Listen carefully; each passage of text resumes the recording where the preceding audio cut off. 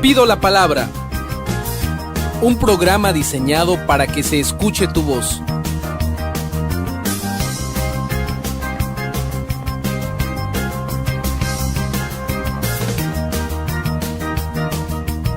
En este programa lo que realmente importa es tu opinión.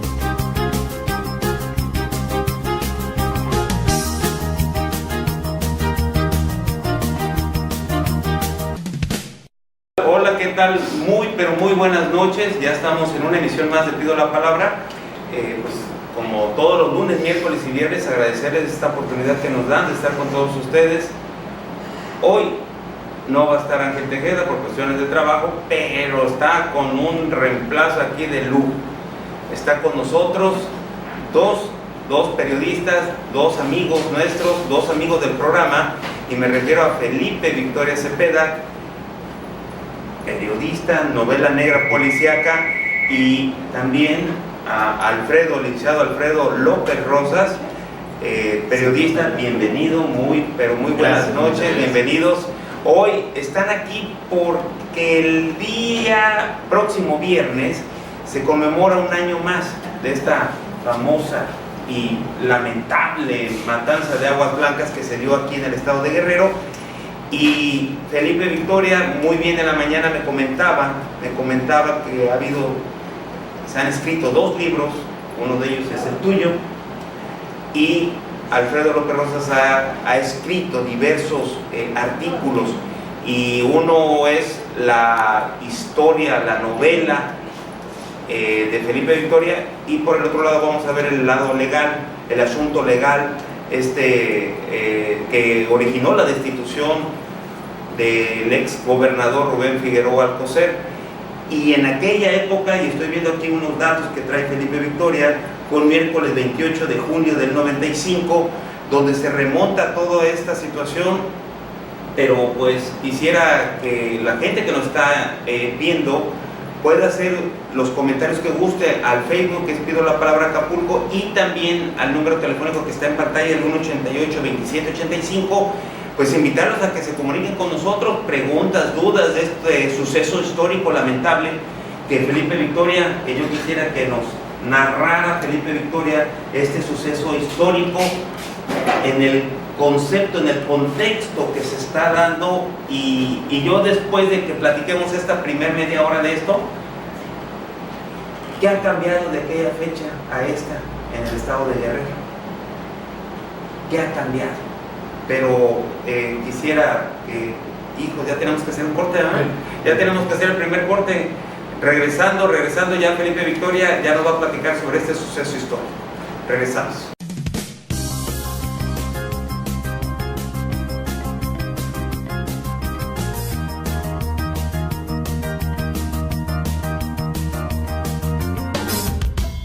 Ya regresamos.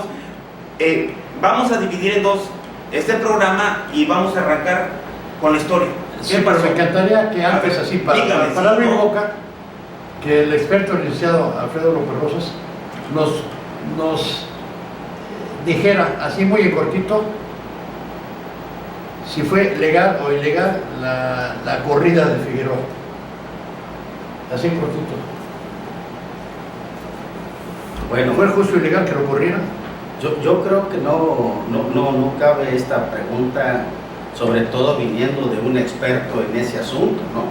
Porque en esos actos se iniciaron varias averiguaciones previas, se llevó a los canales legales, obviamente manipulados, como en aquel entonces se mantenía, de la mejor manera de limpiar la figura del gobernador de aquel entonces, y que cayera en personas, soldados rasos, la policía estatal, unos que otros funcionarios de tercer rango, como sucede.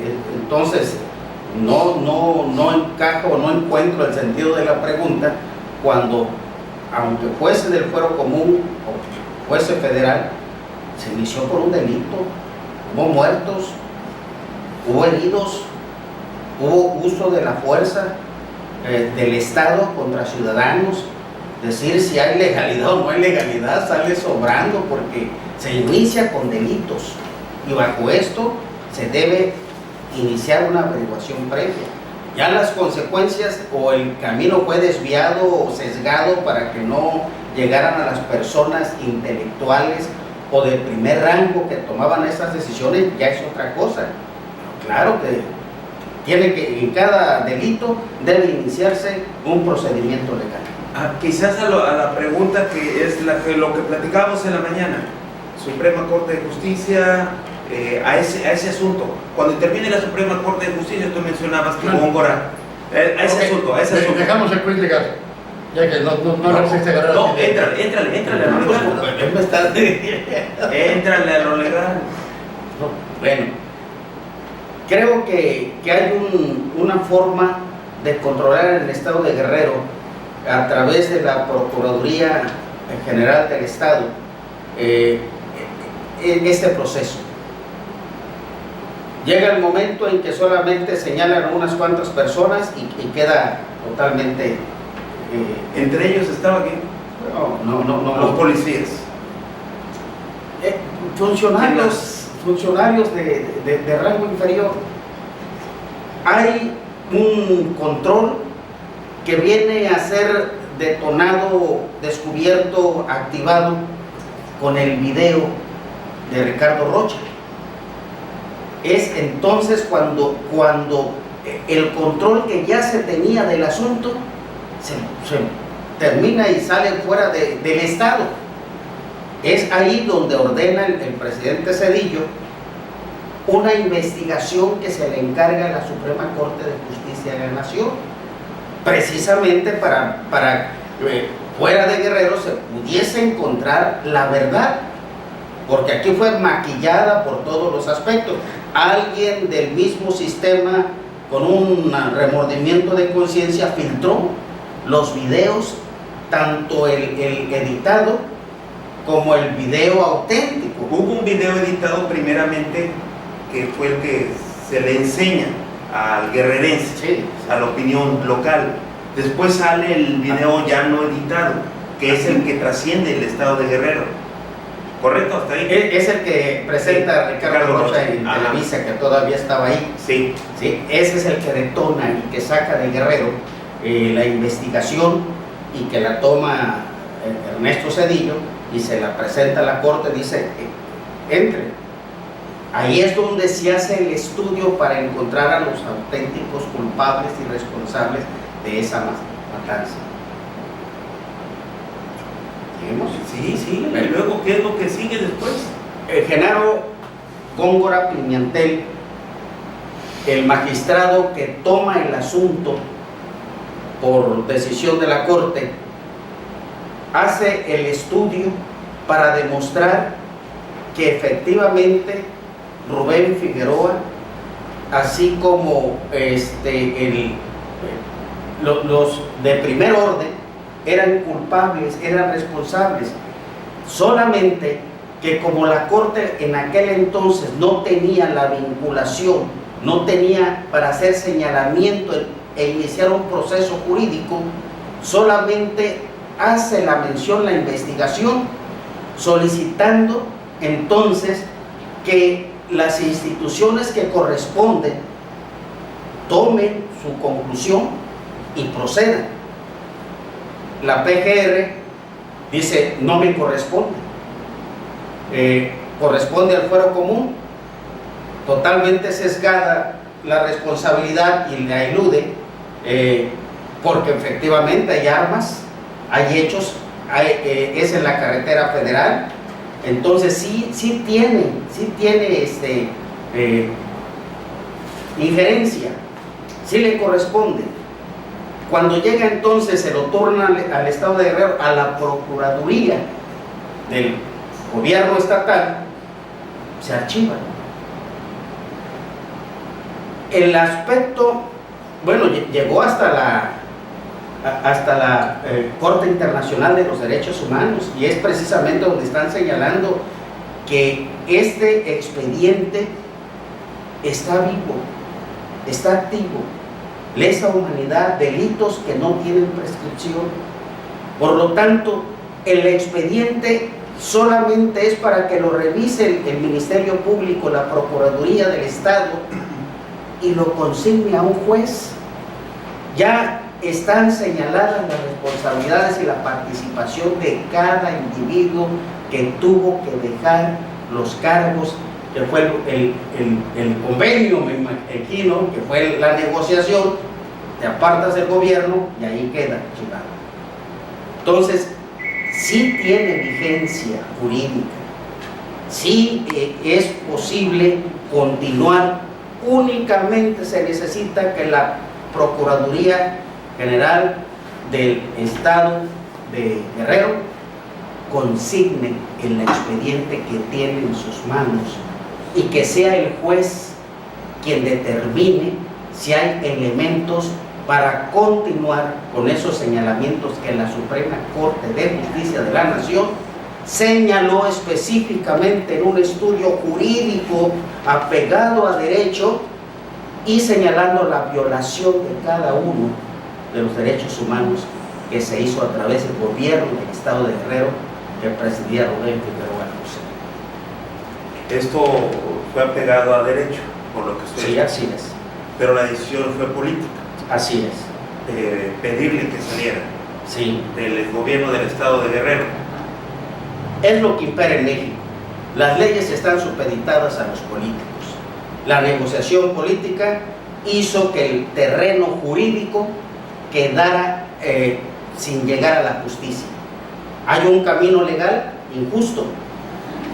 Legal porque se demostró que sí hay violación, que sí hay delito, que hay responsabilidad. No hay justicia porque no se llevó a cabo un resarcimiento, ni han pagado los culpables ni los responsables, ni hay resarcimiento del daño que se llevó a cabo. Un camino legal que no llegó a la justicia por tomarlo el camino político. ¿Qué pasó en ese lapso? Con Rubén Figueroa? ¿Quedó absuelto? ¿Quedó en libertad? ¿Nada más con la salida del gobierno fue suficiente? Por lo visto sí. Moralmente no. Socialmente tampoco. Legalmente tampoco.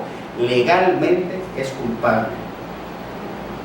Señalado por el Tribunal Máximo de nuestro país, señalado por uno de los magistrados que él lo dirigió, pero hubo un conjunto, hubo una votación en la Suprema Corte de Justicia de la Nación, hubo una decisión en la Corte Internacional de los Derechos Humanos. Entonces, hay señalamientos legales, jurídicos, de quiénes son los responsables. Es en el Estado de Guerrero donde regresan el expediente y le dice corresponde al Estado de Guerrero, entonces que continúe y que sea consignada esta averiguación previa a uno de los juzgados de primera instancia del fuero común. Ahí es donde está el expediente. Ahí está detenido. Vamos a hacer una pausa, regresamos con Felipe Victoria para que nos cuente la parte ya histórica de este asunto, del caso Aguas Blancas.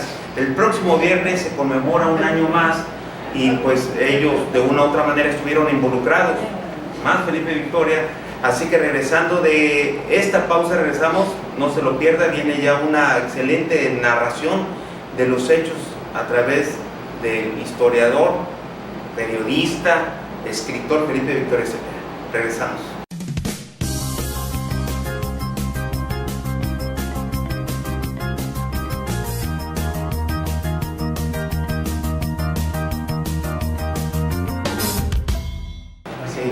Ya regresamos, estamos platicando con Felipe Victoria Cepeda, escritor y novelista, y también con Alfredo López Rosas, periodista también y abogado.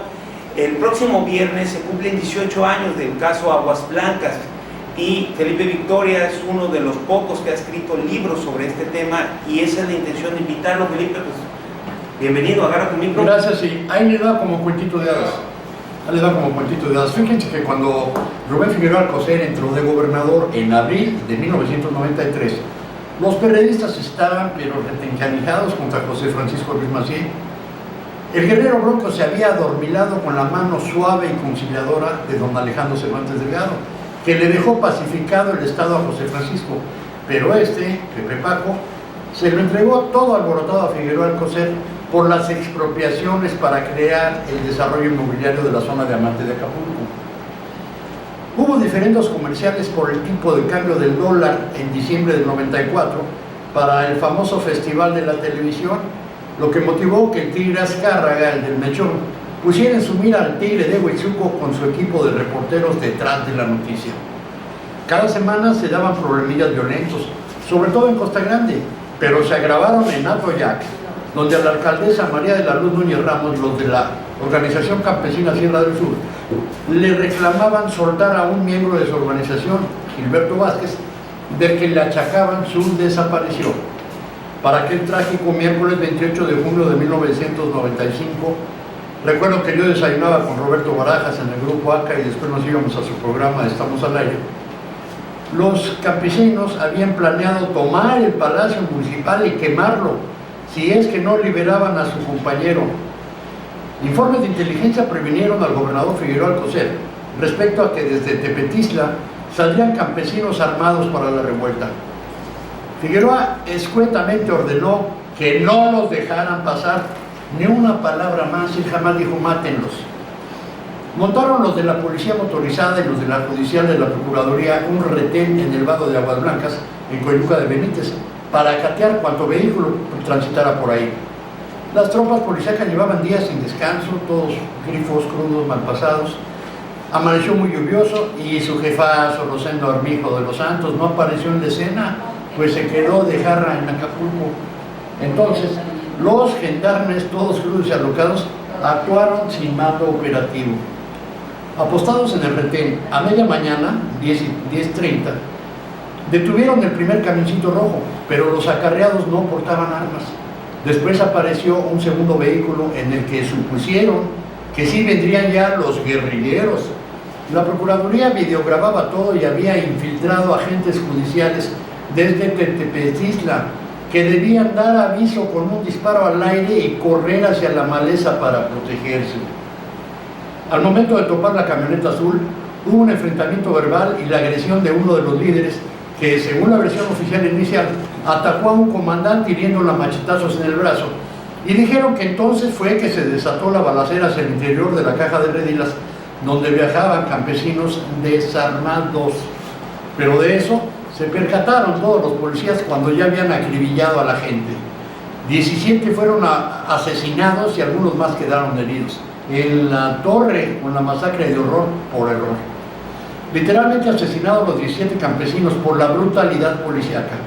No faltaron ingeniosos en la Procuraduría que colocaron armas en los muertitos e hicieron otras tomas de video que mandaron a editar convenientemente en las instalaciones de RTG en Acapulco para fabricar una versión modificada de los hechos, engañando al gobernador Rubén Figueroa Alcocer, que por desgracia no escuchaba consejos de nadie y abrió la bocota ante los medios nacionales, en lugar de dejar que la mentira que él ignoraba, supuestamente, fuera informada por algún otro subordinado. Comenzó entonces el escándalo mediático y la parodia justiciera, con 2 fiscales especiales. La Comisión Nacional de Derechos Humanos, que presidía Jorge Madrazo Cuellar, emitió su recomendación 104 en octubre del 95 y se creó así la tercera Fiscalía Especial. Cuando Alejandro Óscar Varela Vidal les dio por concluida su investigación a principios de 1996, que va sacando su as bajo la manga el tigre de la televisión, ordenándole a Ricardo Rocha transmitir el video original de la masacre, con los campesinos acribillados sin las armas que le fueron colocadas ya fallecidos.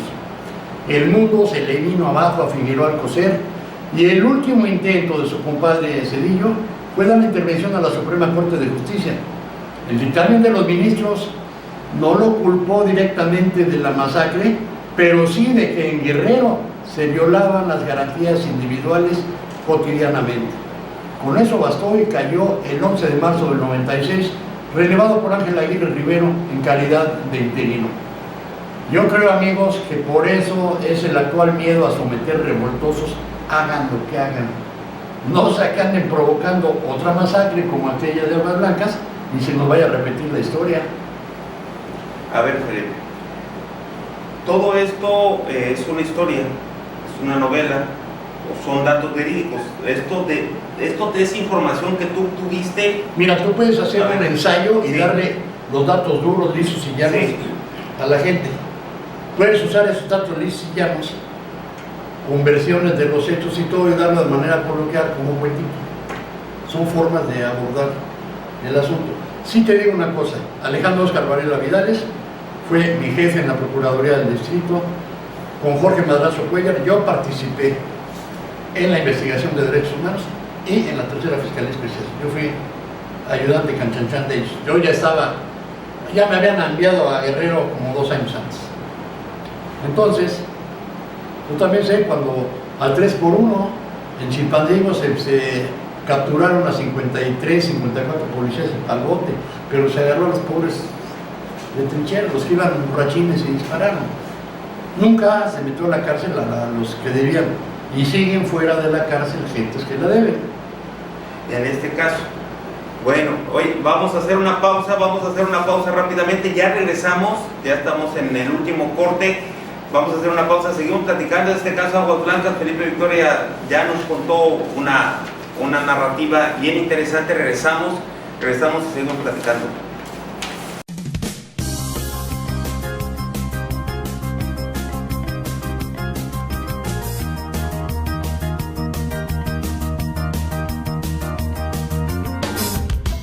Ya regresamos, estamos platicando con Felipe Victoria Cepeda y también con el licenciado Alfredo López Rosas, a quien les agradezco que esté con nosotros, pero además le agradezco a usted que esté aquí al pendiente.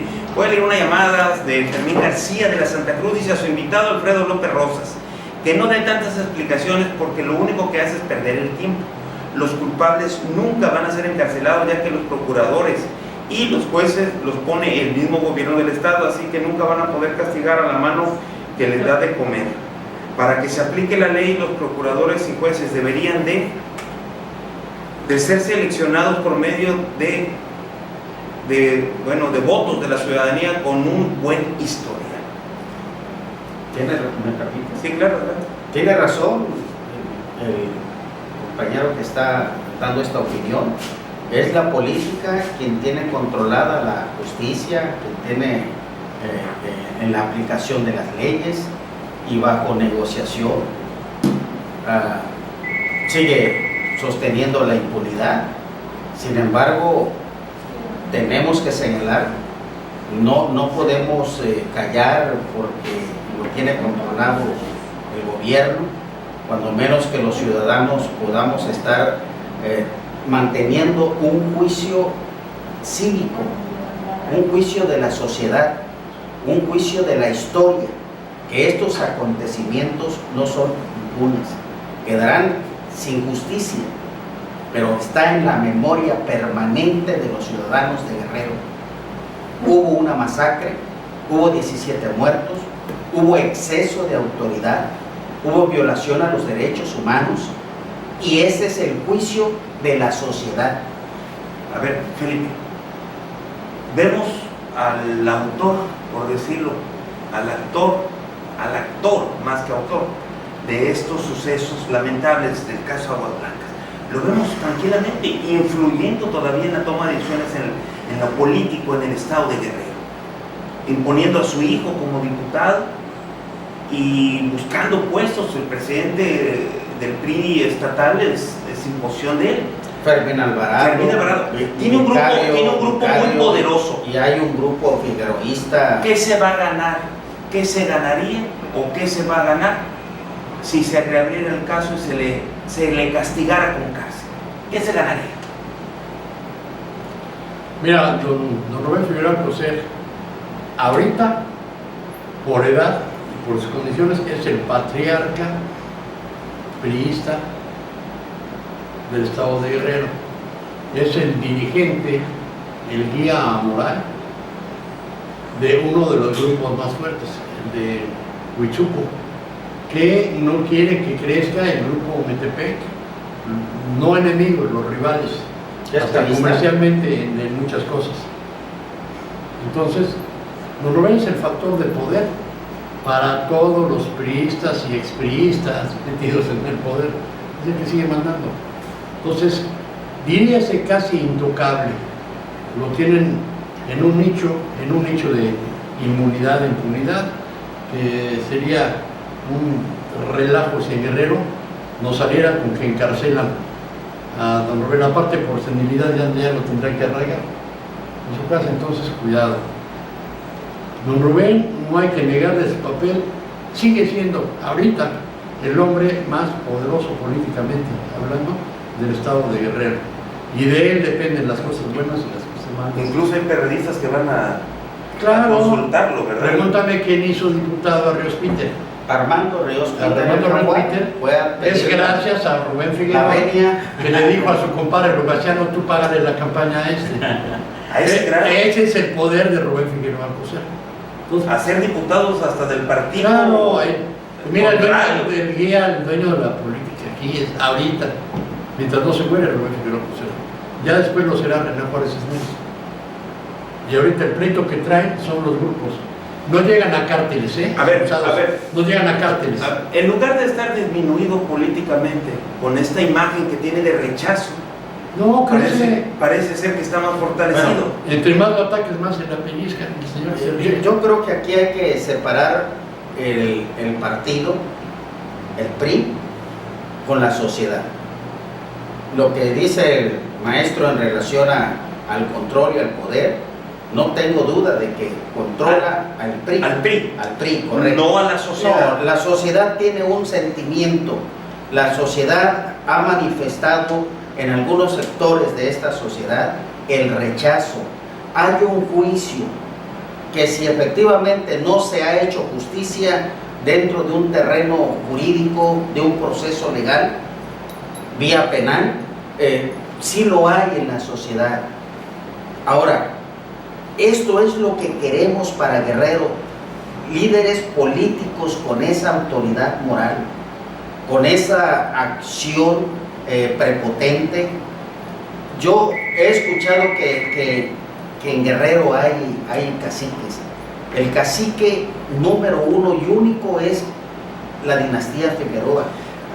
Pero él quizás no tenga aceptación ciudadana, quizás al interior del PRI sí, pero él utiliza personajes para a través de ellos ser aceptados en la sociedad. Él se corresponde en las posiciones de poder. Le pone representantes populares. Sí, pero del PRI.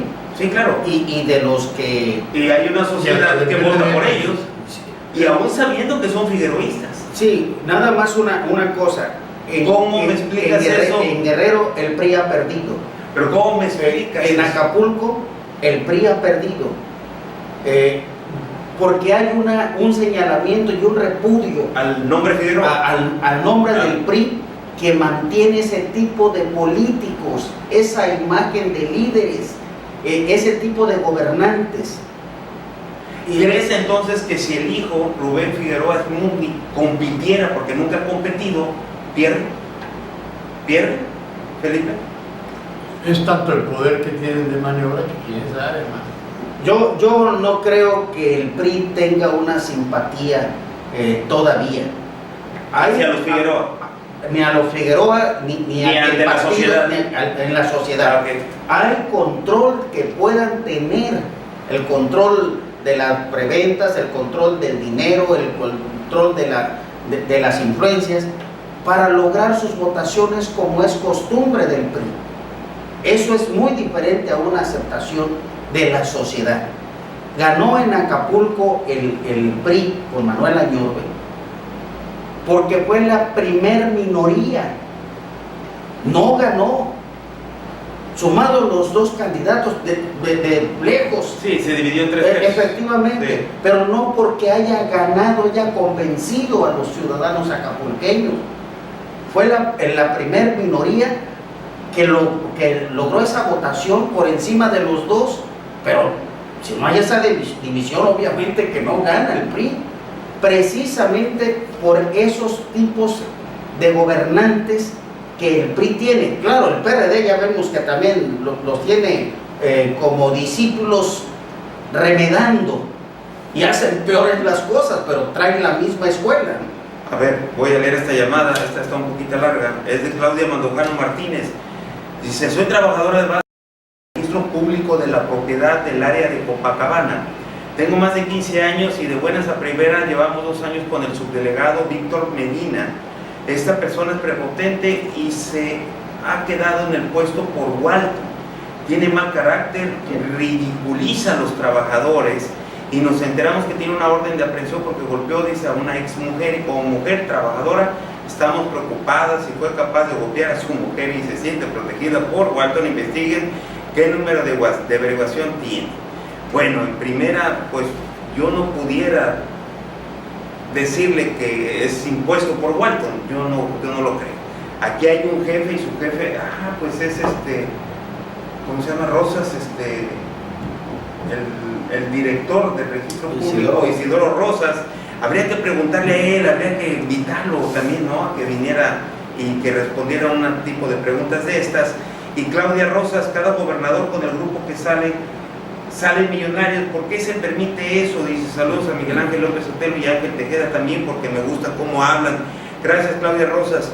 Jorge Calvillo, Miguel, Lic, Alfredo, Felipe, Victoria, amigos, los tres, les saludo de manera muy respetuosa.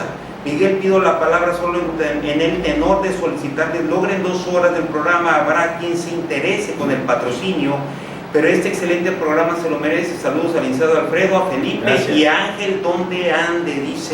Dice Jorge Calvillo. Pídele el patrocinio a Rubén Figueroa. ¿A quién? Rubén Figueroa. Oye, ¿qué se me hace que tú quieres que haya alguna... El clan Huichuco, Felipe, ya estamos por concluir. ¿Alguna conclusión que quieran emitir? A ver, Felipe. Tomen sus precauciones este viernes, no vayan por favor a Coyuca de Benítez. Este viernes cuidadito, algo va a haber ahí. ¿Qué va a haber? A ver, adelanta. No te puedo decir, man. Ándale. Bueno, Alfredo, a ver. No, yo no sé, yo no. Mira, yo creo que la sociedad de Guerrero, los acapulqueños, estamos en otros tiempos. Ha regresado un PRI pensando que no importan las costumbres, usos y costumbres de su eternidad. Pero en Guerrero tenemos memoria, tenemos luto, tenemos tristeza por ver la impunidad. Queremos justicia. Queremos que no solamente Aguas Blancas, que no solamente en Tabasco, que no solamente cada sexenio el gobierno federal entrante ofrezca un sacrificio de un corrupto para conservar un sistema podrido y solamente decirlos, ya nos estamos limpiando y estamos metiendo a la cárcel a los corruptos. Y cada sexenio salen ricos precoces, salen hombres que no pueden justificar sus bienes, sus muebles, sus inmuebles, sus cuentas bancarias con su profesión y con su tiempo de edad.